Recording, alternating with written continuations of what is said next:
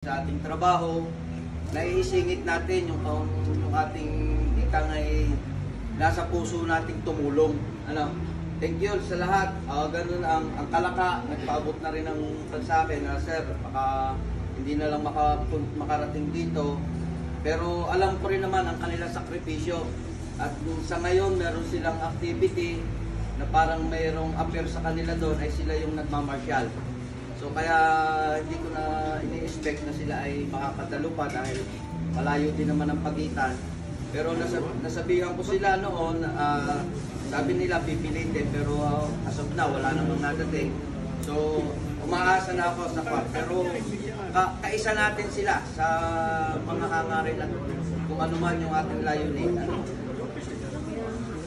So ang ating report ng ating provincial Batangas City, suspected.